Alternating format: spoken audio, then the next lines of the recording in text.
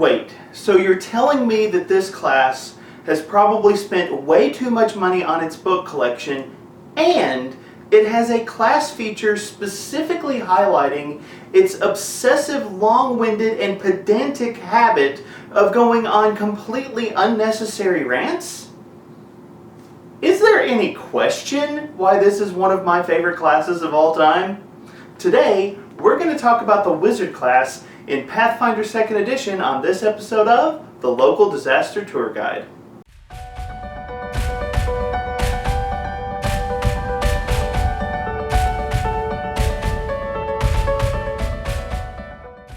Hello travelers and tourists, welcome to an exploration of the fantastic world that is TTRPGs like Pathfinder and Starfinder. My name is Mark and I am the Local Disaster Tour Guide. That's right, I am a storyteller who knows exactly why so many wizards become adventurers. It's because, to be honest, raiding a dragon's lair is probably the only way they're going to pay off these student loans for Wizards College. Too real? Was that joke too real? Today we are continuing my classic introduction series where we talk about different classes inside of role-playing games and examine what they offer players that might be interested in using that class at their gaming table. In particular today we're going to be looking at the Wizard in Pathfinder 2nd Edition, and this is the last of what I would consider to be the classic character archetypes in RPGs. We started with the fighter and then we went to the rogue. After that we talked about the cleric, and now we arrive at the wizard. When you talk about fantasy RPG character archetypes, concepts, these four concepts are what you would really consider the baseline for a lot of characters in RPGs. And quite frequently, when we talk about other character classes or character concepts, what we're really doing is examining classes that try to highlight elements that are originally found in one of these four. So now we arrive at the last of these classic character concepts, the wizard, the scholar, the archmage, the academic powerhouse of your typical fantasy adventuring party. What does the wizard offer us in Pathfinder 2nd Edition, and how effective is this class at the gaming table? Today we're going to examine the wizard through 5 specific questions. Number 1, what is the wizard class? Number 2, what are the strengths of the wizard class?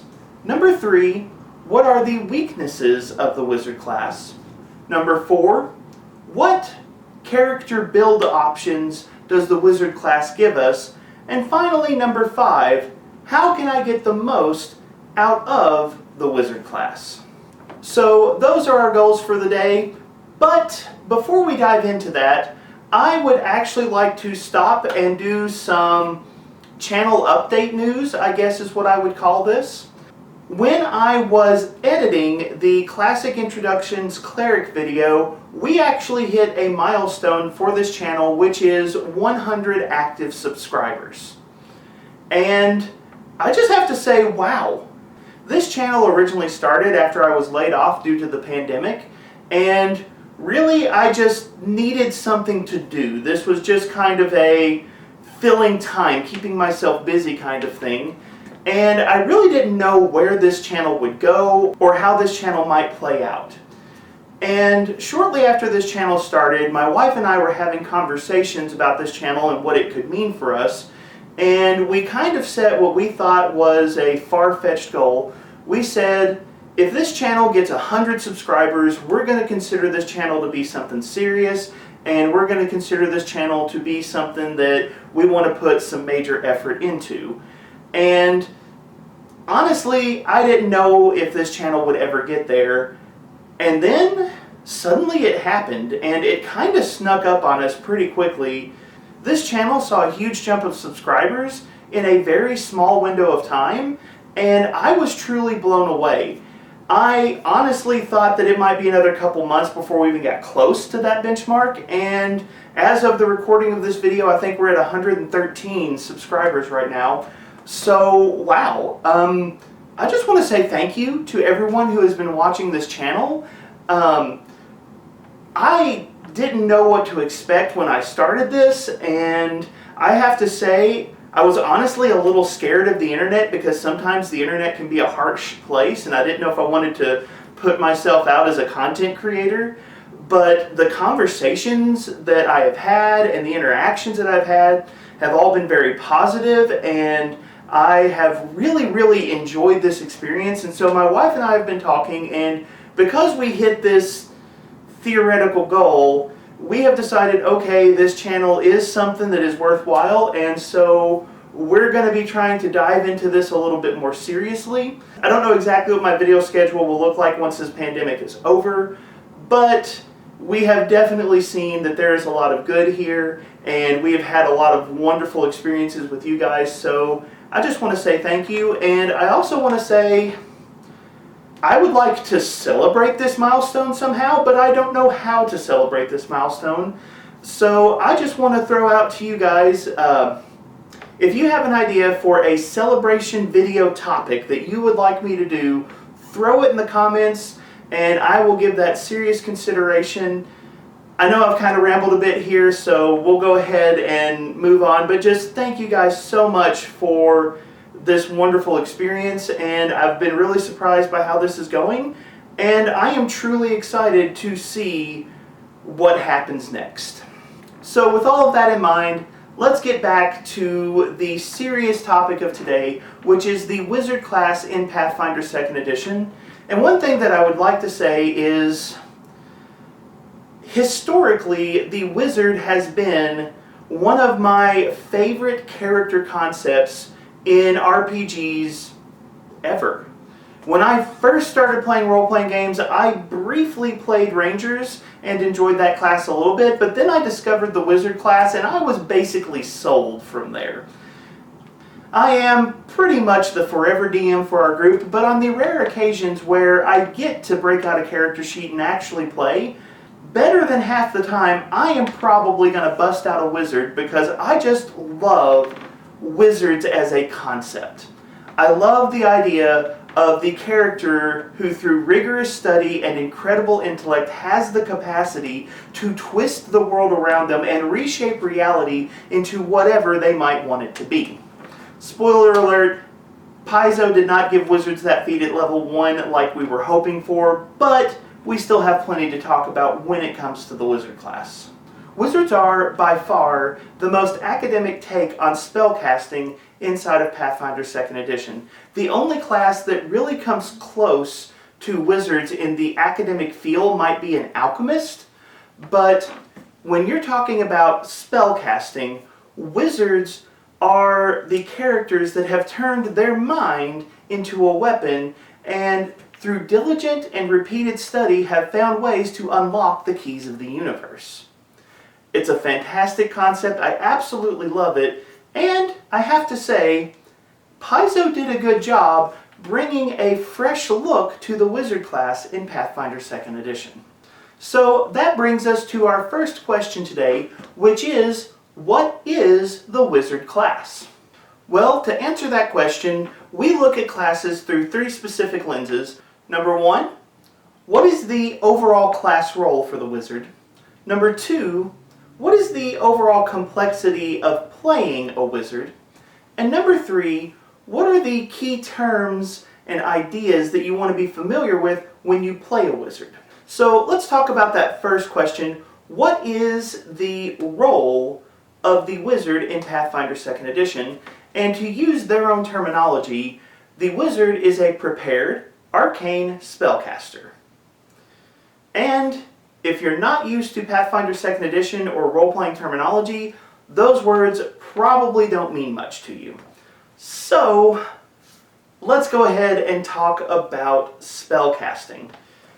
I really enjoy doing spellcaster videos in this series because question number 1 starts with 3 subcategories and then spellcasters gives you even more subcategories to talk about. When we talk about spellcasting, we have to answer 5 questions. Number 1, how does your character access spells? Number 2, what kind of spells can your character access? Number 3, what is your character's actual list of spells that they can use?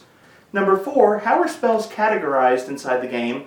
And then number 5, how are spells modified inside of the game? So let's start with that first question. How does your character access spells? Well, wizard is a classic trope in fantasy RPGs. We've all seen the pictures of the gray-haired wizard with a magical tome open before them where they are carefully and deliberately researching the next spell that they want to cast, and that is an example of what Pathfinder refers to as prepared spellcasting. Every day, wizards have to spend time actively preparing the spells that they want to use during the game. This is done through a class feature called the Spellbook. We'll talk about that more a little bit later. But basically, your wizard has a large book with a collection of magical spells that they have researched or unlocked in some fashion. And every day at a certain period of time, usually the start of the day, your wizard sits down with their spellbook, goes through, and carefully selects which spells they want to use, and then they spend time memorizing the precise spells they intend to use for the day. Now, the great thing about prepared spellcasting is it gives you a lot of flexibility up front. When you are selecting your spells, you really get to assign the spells that you want that day. The spells that your wizard used yesterday have no bearing on the spells that you're using today. Every day, you go to your spellbook, open it up, and decide what you want to access. And then those spells are set for the day. Now, the downside of prepared spellcasting is once you have set your spells for the day, they're set for the day. It's really hard to switch them out or replace them if you discover that a different spell is what your character needed. But that upfront flexibility can be a really strong advantage for wizard characters. Next up, we're going to ask what kinds of spells can wizards use? And in Pathfinder 2nd Edition, they talk about magical essences. Mind, matter, spirit, and life. Every spell can be generally categorized into one of these four essences or types of magic. So a spell that modifies someone's emotions might qualify as mind, whereas a spell that changes the properties of an object would qualify as matter. Every spellcasting tradition in Pathfinder 2nd Edition uses two of these four essences, and for arcane spellcasters, they use the mind and matter essences. And the good thing about these two essences is that they are very broad essences of magic. They cover a lot of different types of spells. Mind spells can affect a creature's thoughts or emotions or fears.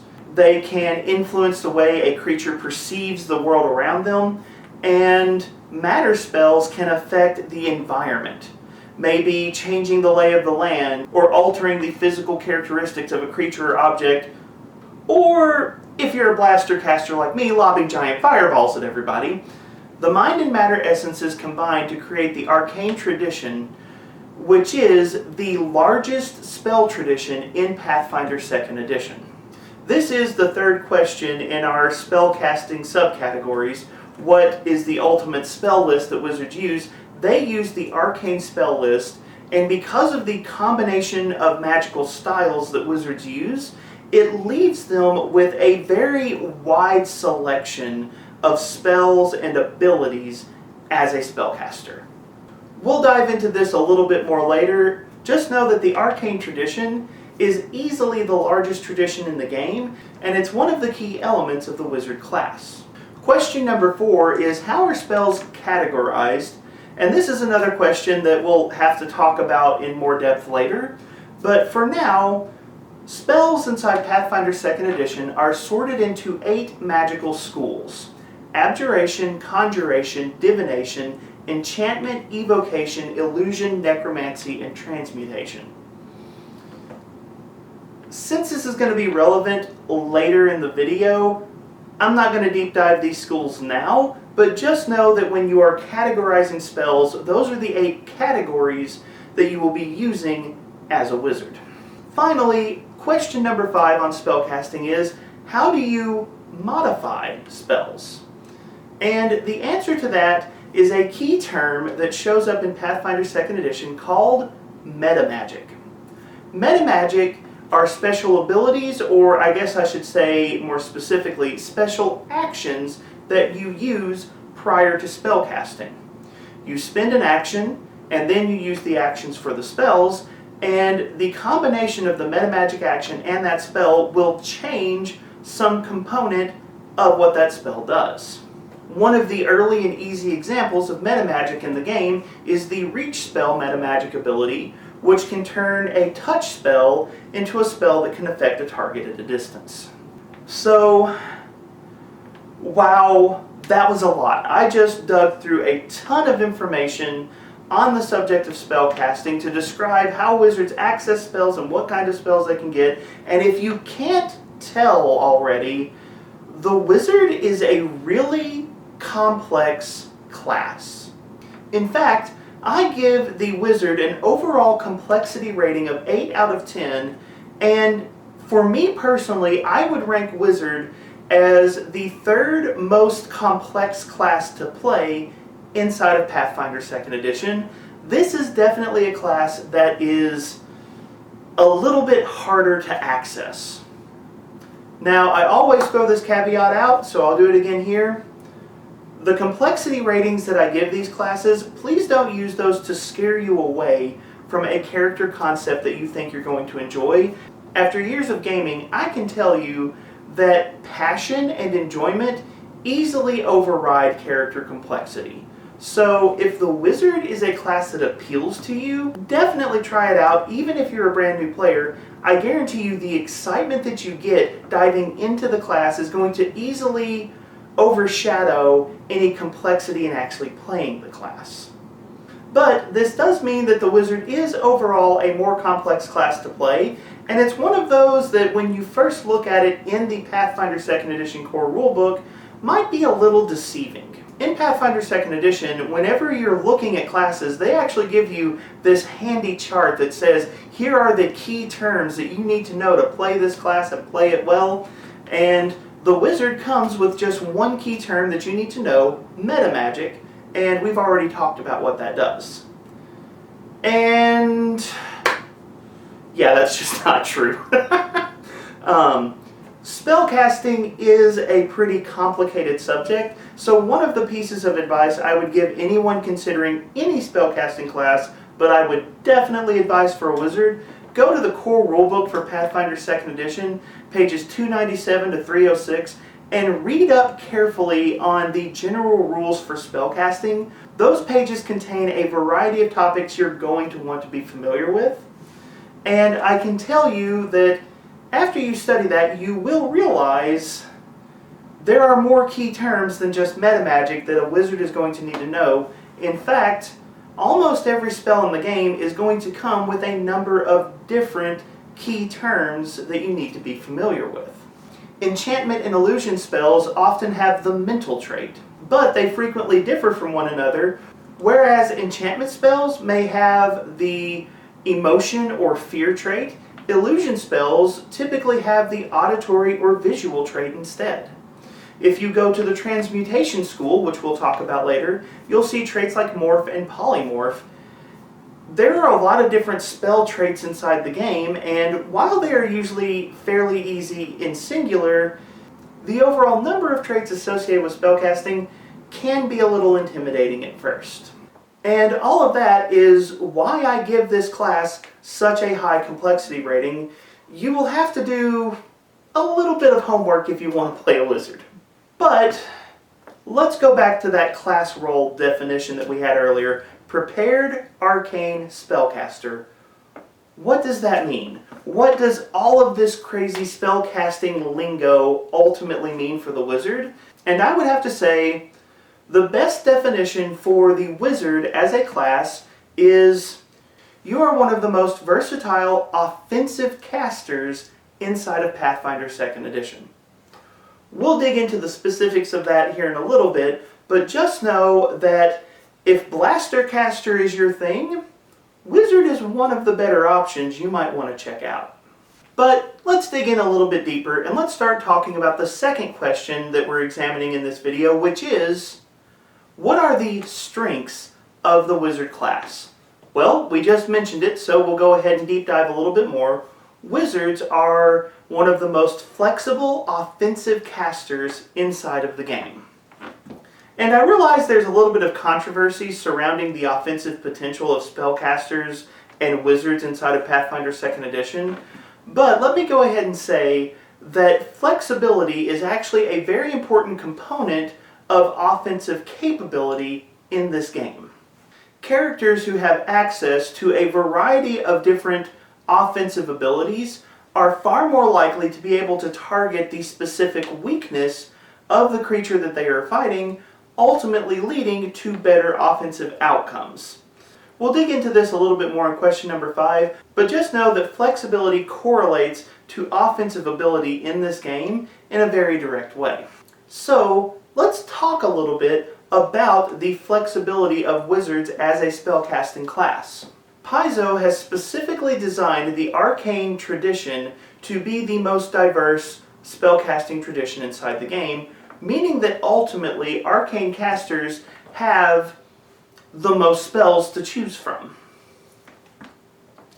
In fact, between the core rulebook and the advanced player's guide, the arcane spell tradition has, if I counted correctly, 280 total spells.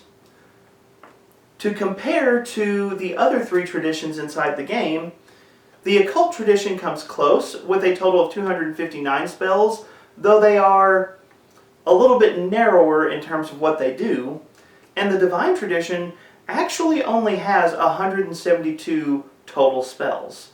That means that the arcane tradition, compared to the other traditions in the game, has somewhere between 8 to 60% more spells to choose from, meaning ultimately it's just a lot more flexible. It has a lot more options. But you can actually dig this point a little bit deeper in that the arcane spell tradition has the best variety of spells inside of its tradition.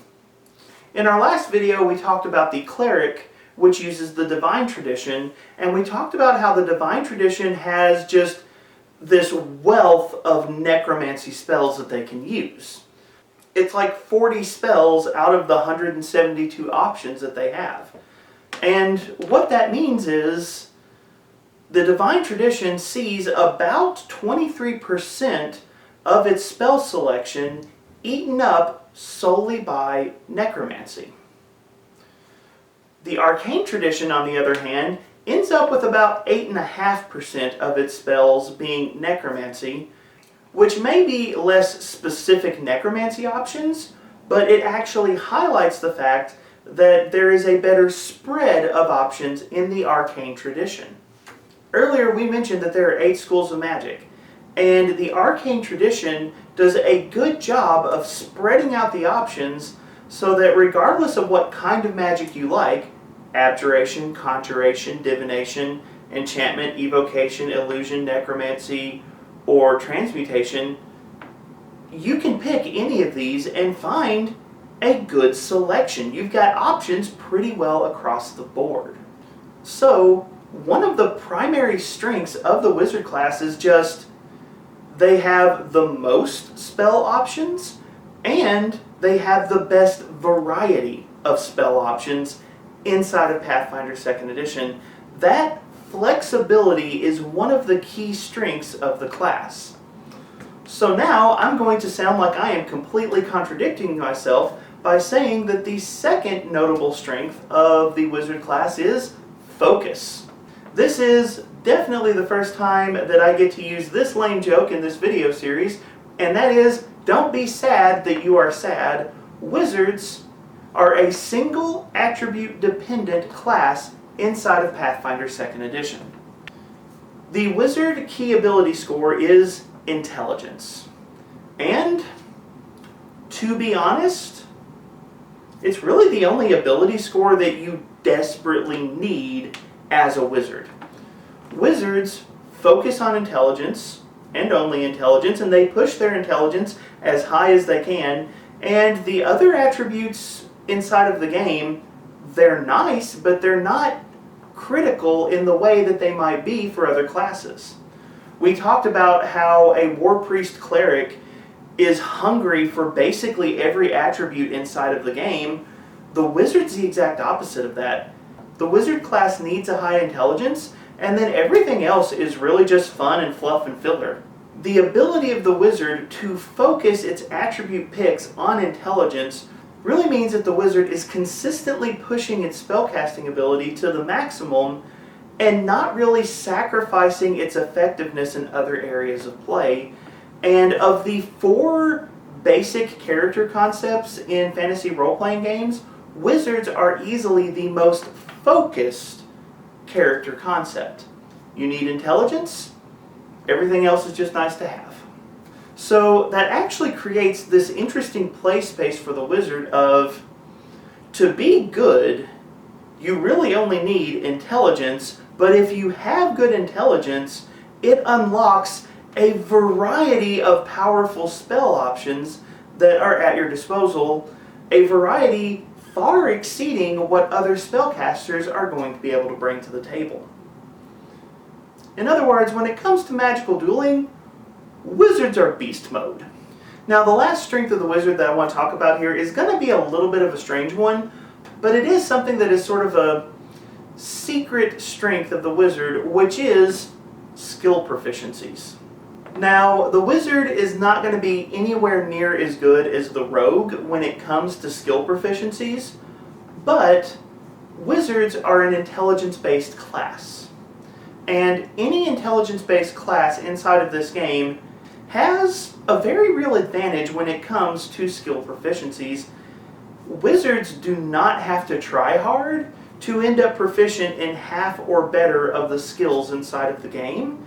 And because wizards really only rely on the arcana skill for anything spellcasting related, that kind of puts wizards in this wonderful play space where they have a lot of skill proficiencies to go around, and those proficiencies are not really being eaten up by any specific play requirements inside of the game. Are you playing a wizard who wants to randomly be legendary in athletics and have the capacity to grapple huge-sized creatures? You can actually do that with a wizard. It's plausible. You have these skill trainings and skill increases to burn to do something like that. So when you're playing a wizard, one thing to keep in mind is you're going to have a pretty open selection of skills that you can use to specialize in whatever build concept you might enjoy. But while we are on the subject of skills, I do want to say that there is one thing that wizards are notably good at when it comes to skill checks, and that is the recall knowledge action. Think about it. Your class relies heavily on intelligence, and recall knowledge is pretty much an intelligence check the vast majority of the time. A wizard that chooses to invest in skills that has the recall knowledge option, such as society, can be very, very effective at researching their opponents or researching the dungeon that they're going to, or just recalling useful information that can help turn the tide of a battle. Now, I will admit that the bard, and particularly a subclass of bard, can probably go pound for pound with a wizard on recall knowledge ability, but overall, wizard is one of the best classes in the game for using the recall knowledge action. So when you're trying to figure out what to do with those skill increases, definitely take the time to throw some of them into skills that have a recall knowledge option, because I guarantee you'll get some mileage out of that. So those are some of the strengths of the wizard class, but now let's take a look at the other side of the coin. Let's talk about some of the weaknesses of the wizard class, more particularly your complete inability to take a punch. That's right, wizards are notoriously fragile. Your base hit points as a wizard are, to be frank, among the worst in the game. And while I give credit to the ability boost system that Paizo created for Pathfinder 2nd Edition, let's just say that a lot of the ancestry choices that seem to be geared towards wizard, such as elves, not exactly known for being able to take a punch either. The reality is, wizards are very fragile, very breakable inside of this game. If you've ever heard the term glass cannon, it applies here. And exacerbating the low hit points that you have as a wizard, you will also find that wizards come with no armor proficiencies. That's right, you're running around a war zone with nothing but a robe to keep you safe. This is not a good plan in most circumstances. As a wizard, getting into combat can be very, very dangerous for you. I'm not saying it is impossible to play a tanky version of a wizard, but I am saying that it is very, very difficult to do, and that the baseline of the class is far more fragile than other classes inside the game. So know that if you're considering playing a wizard, you definitely want to have some strong friends who can help protect you in case something decides that you're its next meal. Correlating to your complete inability to take a punch is the wizard's complete inability to throw a punch as well. Your magic may strike with the fury of the sun, but your weapon choices are not exactly anything to write home to. In fact, wizards start with what is arguably the worst weapon selection in Pathfinder 2nd Edition. You just don't have a lot of strong options when it comes to actually hitting your opponent. Now, Paizo has included a lot of good ancestry feats that can expand your options as a wizard, so this is not necessarily a complete loss for you, but just know that your weapon selection is not going to be that good, and even if you pick up a better weapon selection from somewhere else in the game, you're going to cap out at expert weapon proficiency, which is ultimately not going to be that impressive. As a spellcaster, resorting to physical attacks is something you are going to be very, very hesitant to do. The wizard's general weakness in both taking and throwing punches is further highlighted by another weakness that is common to most spellcasters, which is weak action economy. One of the great things about Pathfinder 2nd Edition is its action economy. Every round you get 3 actions and 1 reaction, and you can use them however you want. It's a really, really well done game design. A lot of people absolutely love it. And as a general rule, spellcasters are hampered a little bit by this action economy system because the majority of spells in Pathfinder 2nd Edition take 2 actions to cast.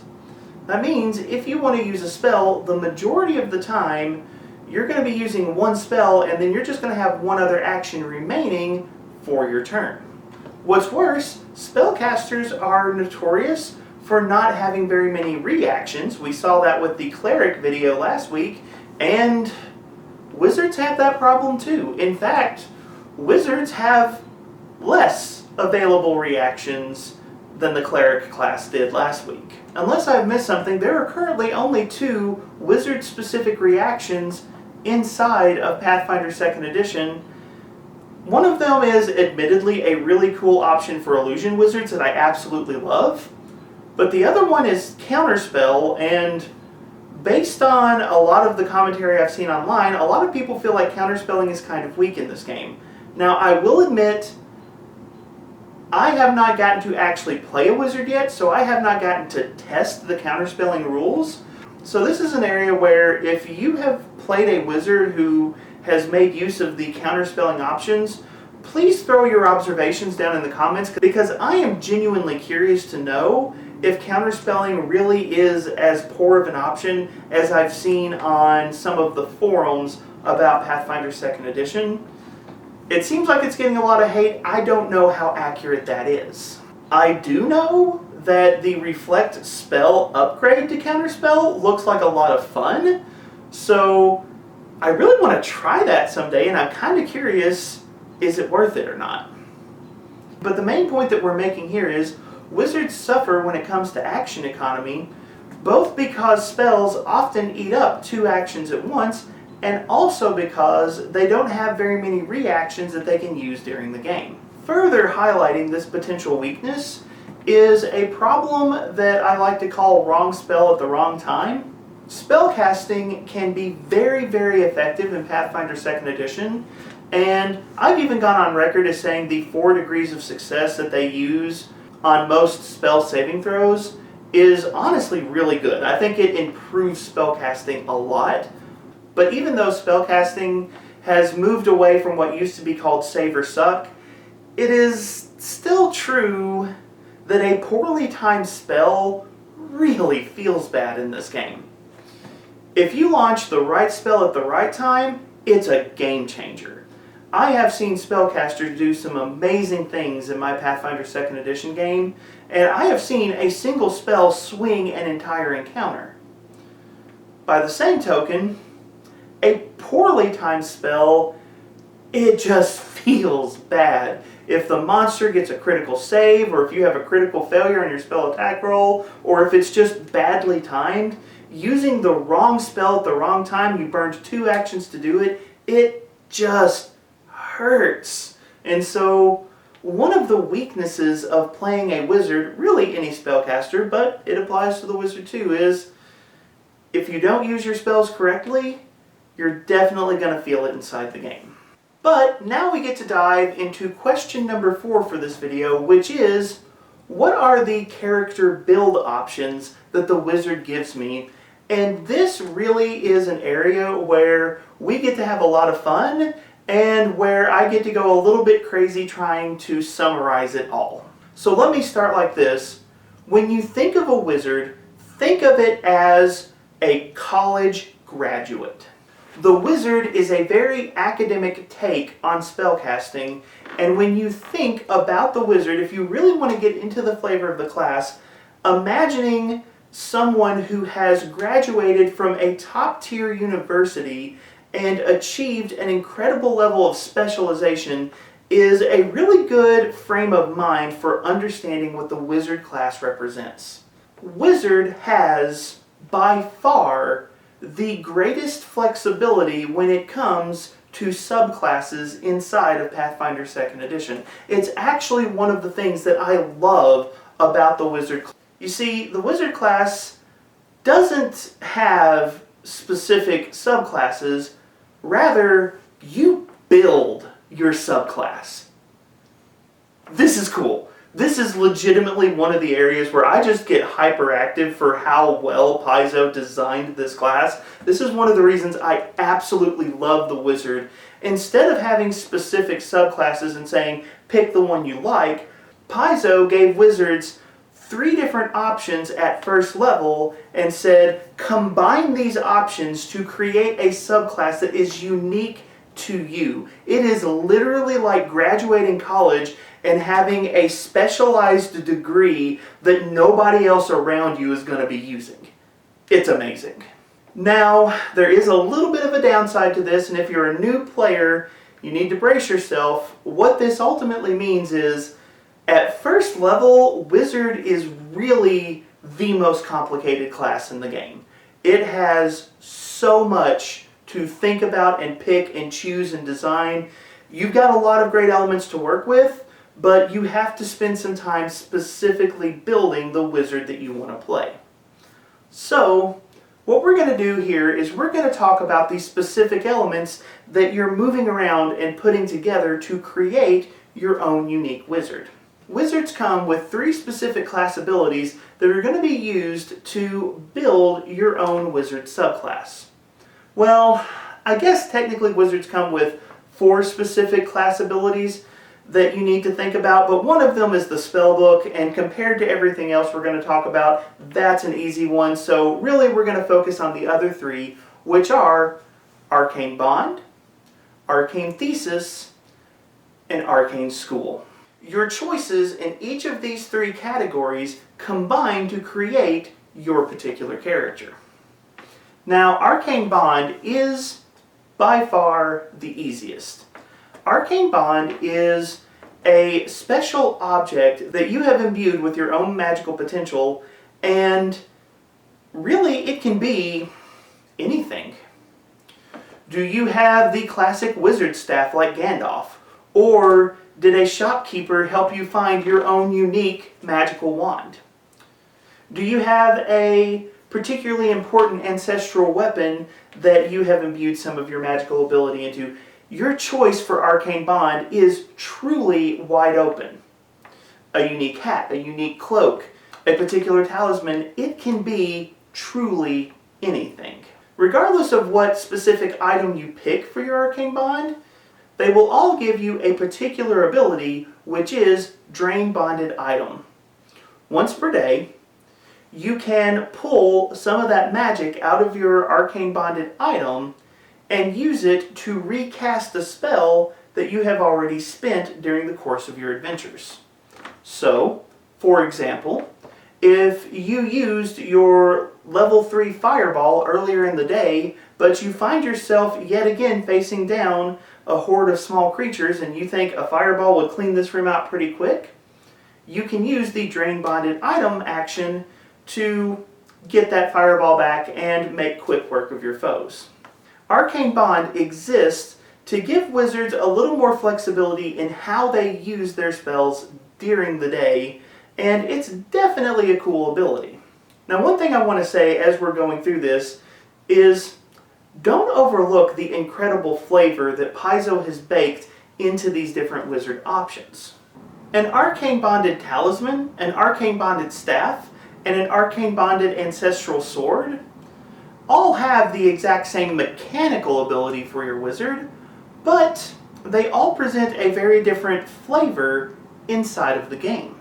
So when you're considering these different options, don't just think about the mechanical implications, but ask what they reveal about your character, because you're going to be able to pull a lot of flavor, a lot of interesting elements from these different choices that you're making. Let's move on to the second choice you get to make in building your own subclass, which is your arcane thesis. And the idea behind this is that you as a wizard have done your own research and written your own thesis about some aspect of the magical craft. Your arcane thesis is literally intended to be a published work that exists inside of the campaign world, which means that quite literally in-game, somebody might come to you asking you questions about the unique ways you have learned to use spells in Pathfinder 2nd Edition. Again, pure flavor win. I know I am gushing a little bit here, but I am serious, this class is well designed. But let's talk about the options, because that's what you're here for. Your options for Arcane Thesis are Improved Familiar Attunement, Metamagical Experimentation, Spell Blending, Spell Substitution, and from the Advanced Player's Guide, the Staff Nexus Arcane Thesis. Let's talk about each of these options briefly. Every wizard has the ability to gain access to a familiar through wizard class feats. So, if you want a familiar, don't feel like you have to take this option.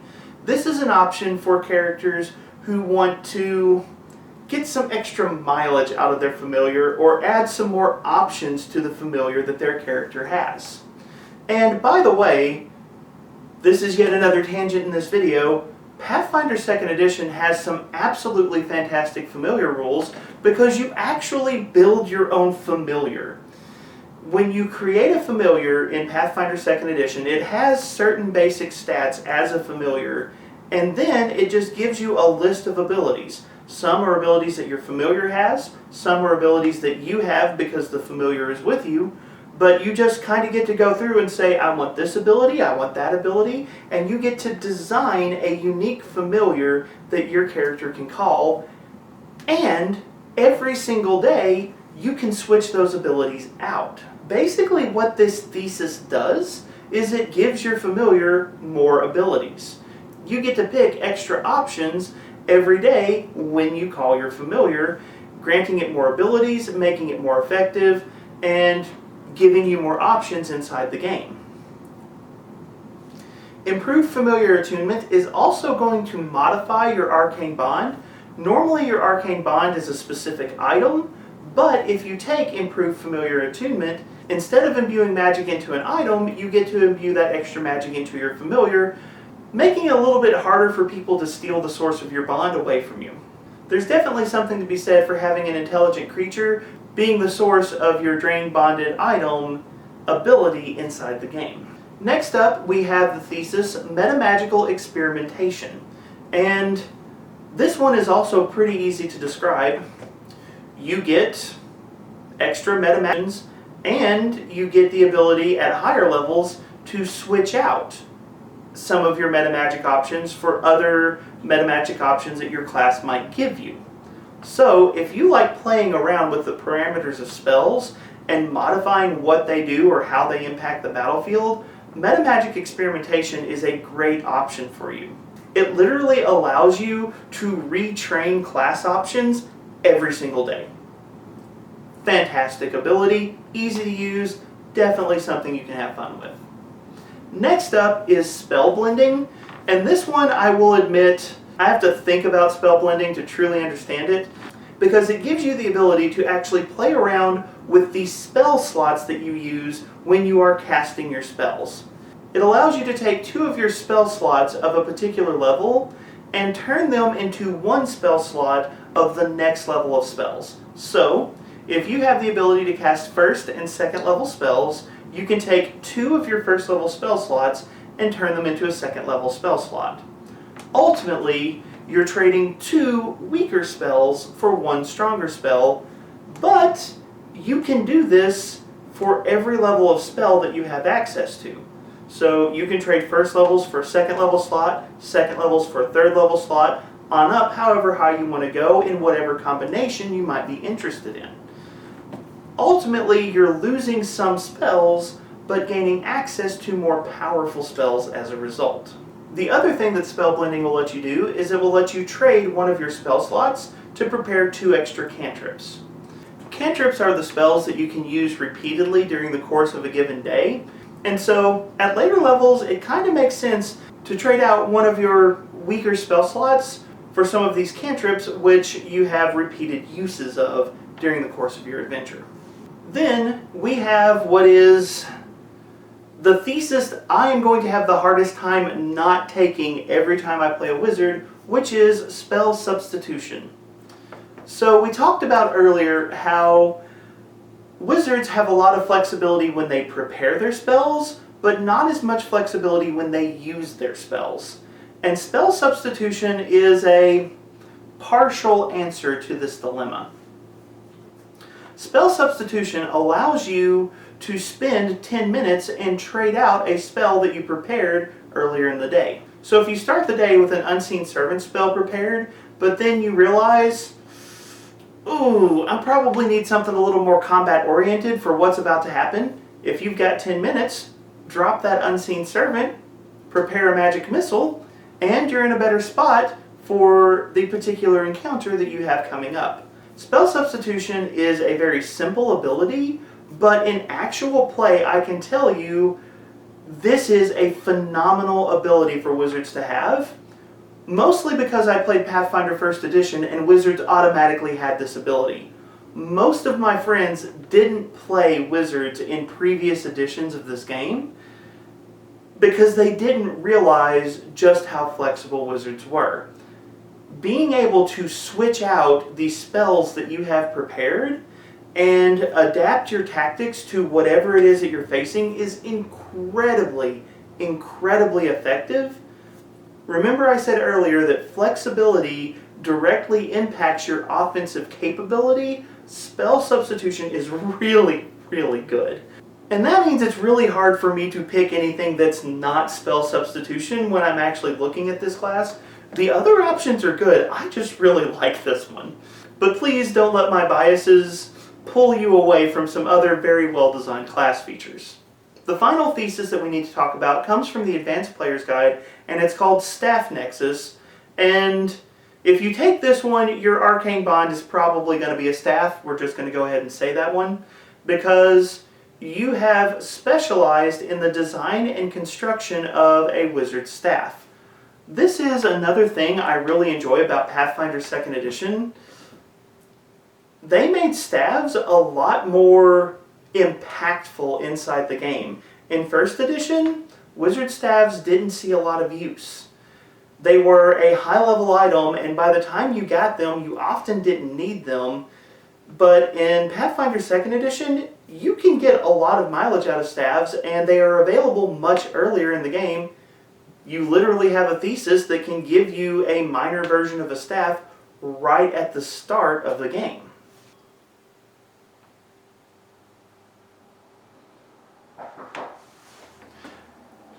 I think my Bestiary 3 just arrived, so I'm going to go run and grab that real quick, and then I'll be back for this video. And now I face what is truly the greatest dilemma of wizards everywhere. Do I continue the important task that I was doing? Or do I go read my new book? I guess I'll be responsible. But don't worry, I'm going to dive into you very soon. Okay, so where were we? Oh yes, that's right, we were talking about Staff Nexus. The basic effect here is you will be starting with a unique minor staff that you have created and that you have imbued with a particular wizard cantrip and a first level spell chosen from the list of spells that you have access to. Now, deep diving the staff rules in Pathfinder 2nd Edition would be a really complicated topic. So instead, what I'm going to do is I'm going to advise you, if you are interested in the Staff Nexus ability, check out the staff rules in the core rulebook on page 592 for more information about how they work inside the game. Functionally at first level, the only thing you're really doing is giving yourself an extra cantrip during the day, but as you level up, you're going to be able to imbue more and more power into the staff, and it's going to add a lot of flexibility to what your wizard is capable of doing. And over the course of play, that is very powerful. So Staff Nexus can definitely be a powerful option. You'll need to do a little reading to really understand all of the ins and outs of using it, but it can be very effective inside the game. Those are your thesis options. Next up, we get to talk about your arcane school. Earlier we said that all spells are divided into 8 different schools of magic, which means that you as a wizard have 9 different choices of what you want to do here. Because of course wizards have to have way too many options. What you can do is you can either choose to specialize in one of the 8 schools of magic, or you can be a universalist wizard. The universalist wizard, rather than having a particular area of focus, dabbles in each of the different spell schools that are available and enjoys picking a wide variety of options. The special ability of universalist wizards, they actually get more uses of the Drain Bonded Item ability. Normally a wizard can only use Drain Bonded Item once per day, but a universalist wizard can actually use Drain Bonded Item once per day per spell level.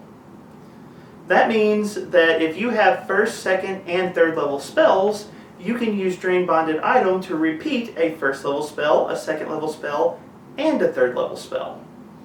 Obviously, this gets more powerful as you climb up in levels. The other option is to specialize in one of the schools of magic. Specializing in a school of magic is going to have 2 important effects.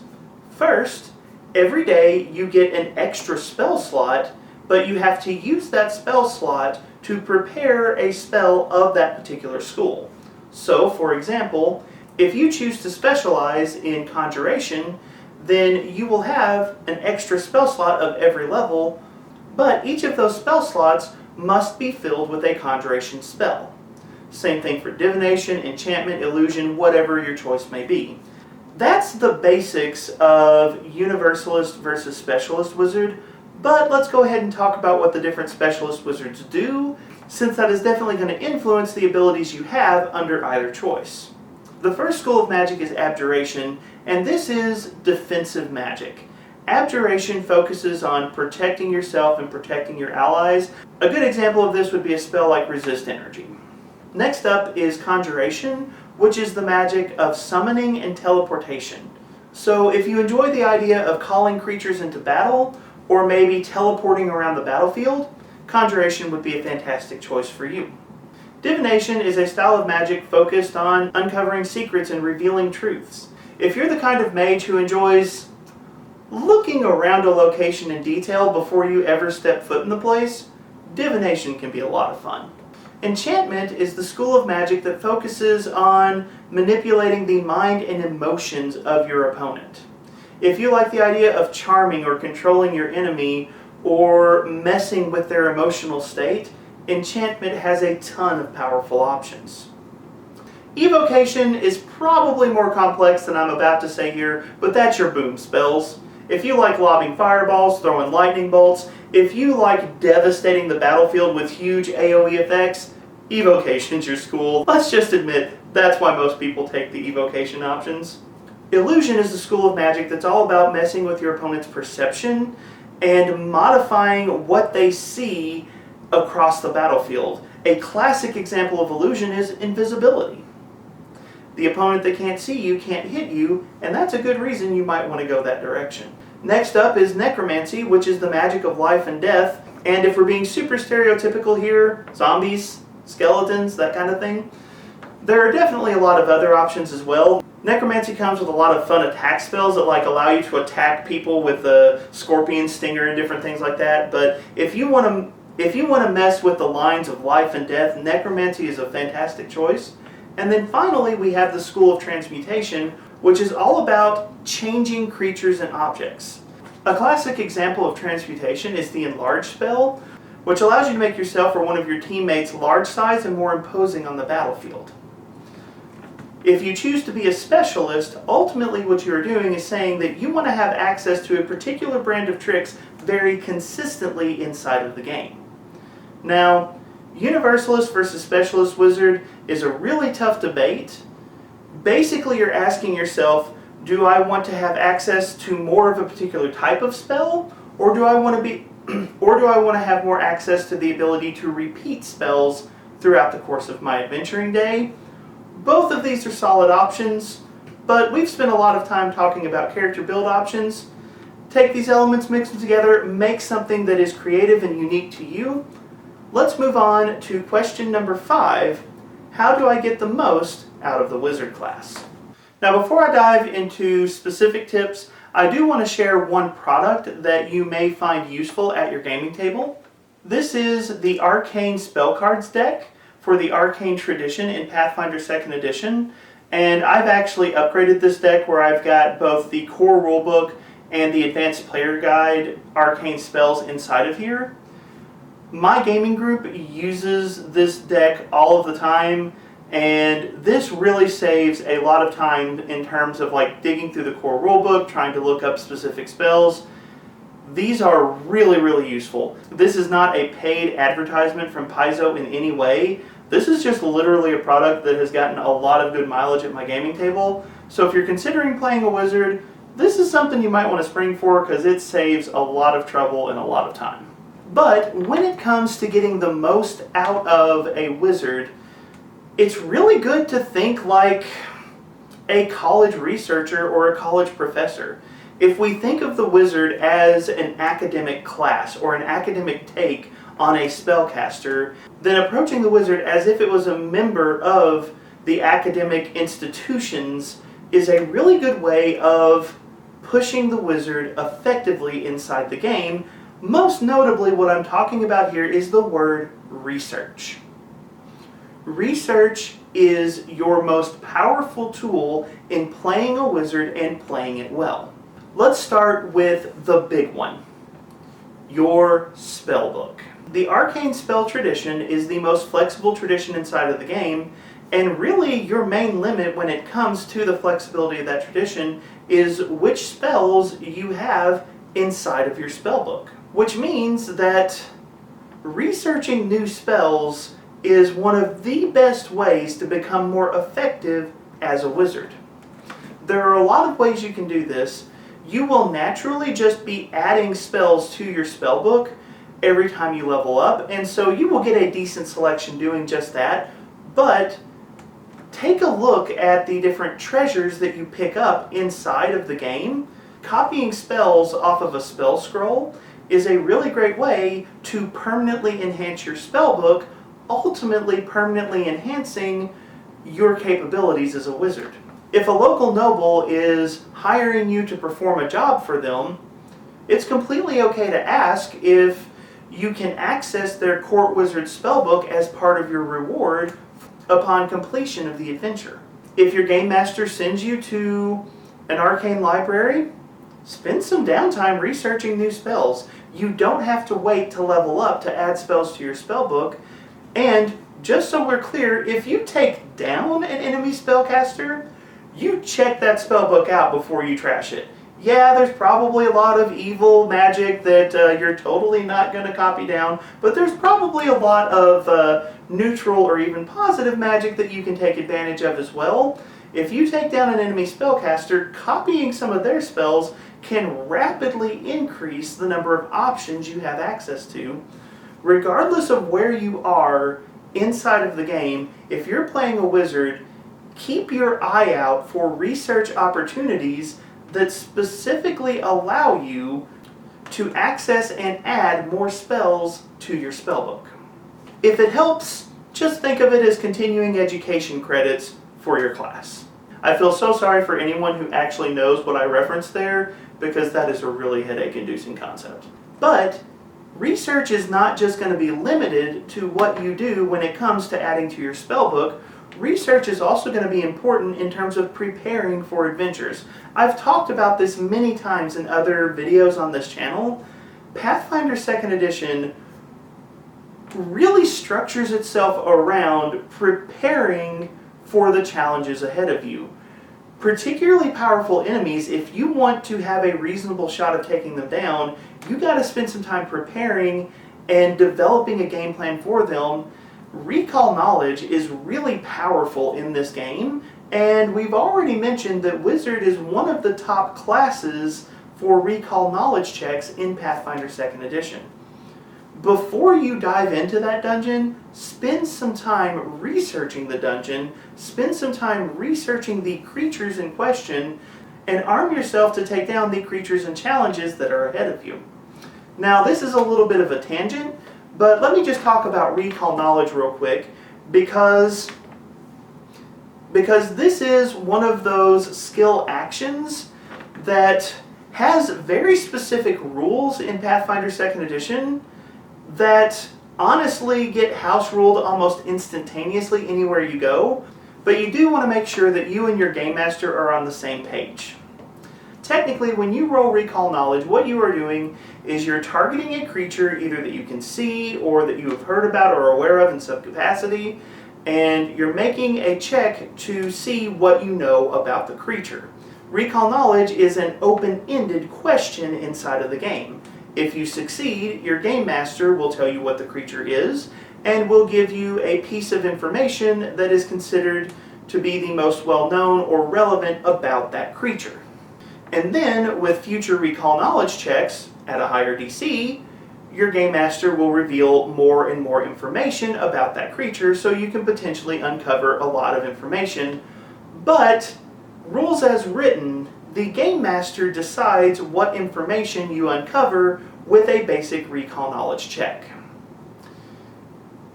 Here's the house rule variant that I use, and that honestly I have seen time and time again in almost every version of Pathfinder 2nd Edition I've seen played, and that is recall knowledge as a specific question rather than an open-ended question.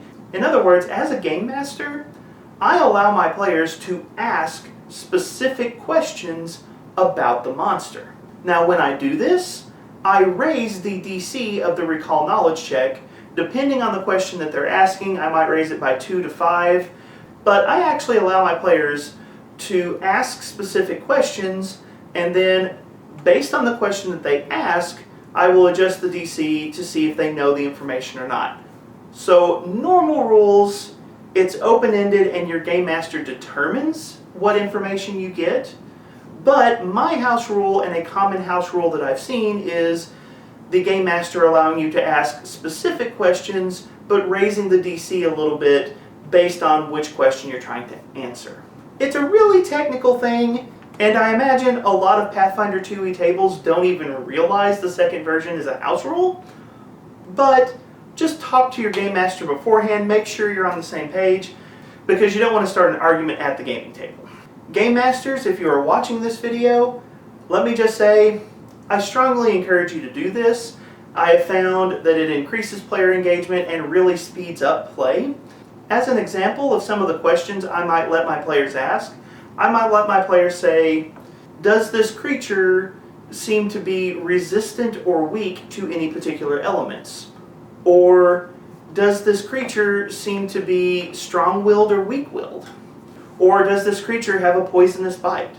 Each of those questions would be more specific than the normal recall knowledge check allows, but in each of those cases, what I would do is just raise the DC slightly based on how difficult that question would be relative to the creature that they're asking about. It's a simple house rule, it's very easy to adjudicate on the fly, and I found that it really speeds up play. So Game Masters, I do encourage you to use that house rule. Players, if you're interested in using recall knowledge, talk to your GMs, make sure that they're okay with that. I suspect that they will be. But again, big picture here, before you dive into the dungeon, research. Find out where you're going, find out what lives there, and find out the best way to kill it. Speaking of the best way to kill things as a wizard, actually this video is running kind of long, so let me just go ahead and say I have already done a video on the subject of how to make spellcasters more effective in Pathfinder 2nd Edition. I'll throw a link up here. The really bare bones version is this. As a spellcaster, attack your target in different ways. Don't just choose spells that attack the AC or reflex save of a creature. Realize that your targets have 4 different defenses: armor class, fortitude, reflex, will, and choose a variety of spells that allow you to attack whatever the weakest aspect of your target might be. In the video that I just linked, I talk about how switching from targeting a creature's AC to targeting a creature's will save can have dramatic mechanical impact on how powerful your character is and how likely your spell is to land against that creature. But just remember, as a spellcaster, you have a lot of options for how you can take your opponents down, and it is to your advantage to make sure that you are using all of the options at your disposal. So with that point in mind, that brings us to the last thing I want to talk about when it comes to getting the most out of the wizard, which is contingency planning. If you're a wizard, you don't just have plan A, you have plan A, plan B, plan C, possibly plan D, possibly all the way down to plan Z. As a wizard, you have options, and it is in your best interest to think seriously about what your options are. Now, we've already talked about flexibility in spells, so I'm not going to rehash that conversation, but let's step back and look at building a wizard.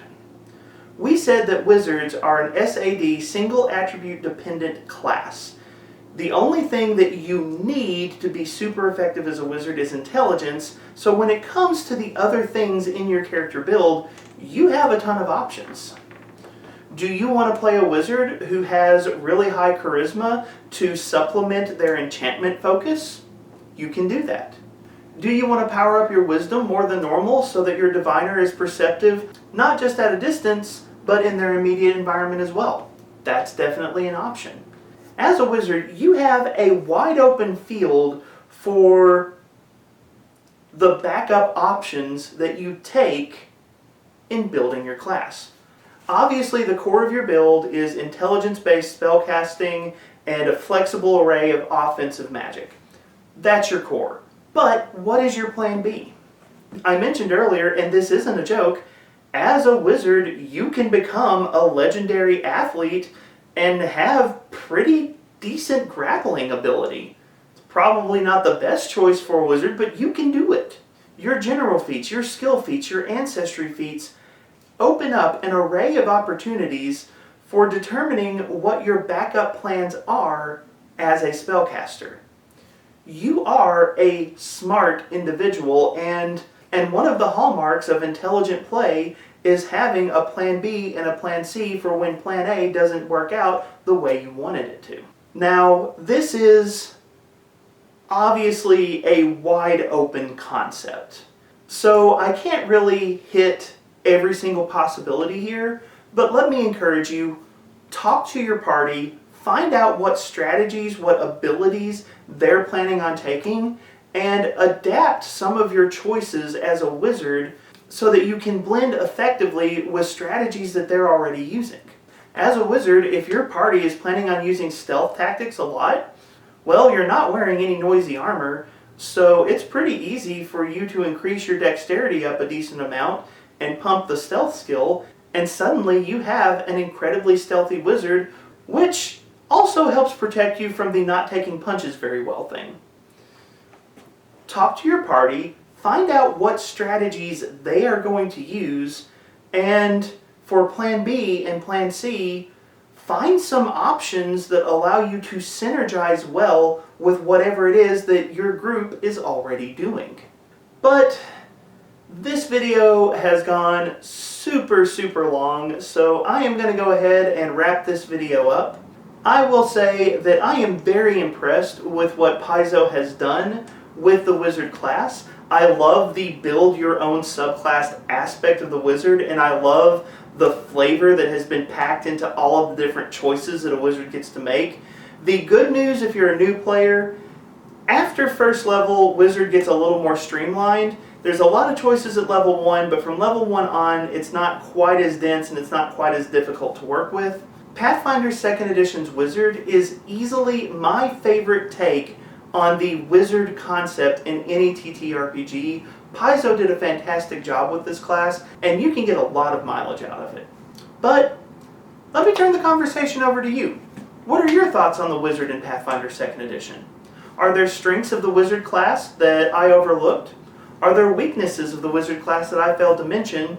And do you have any tips or strategies for how to get the most out of the wizard class in Pathfinder 2nd Edition? Leave your thoughts in the comment section down below. And seriously, if anyone has actually played the Reflect spell version of the Counterspelling Wizard, I want to know how that went. I am seriously curious about that. Anyways, leave your thoughts in the comments down below. If you enjoyed this video, like it and share it.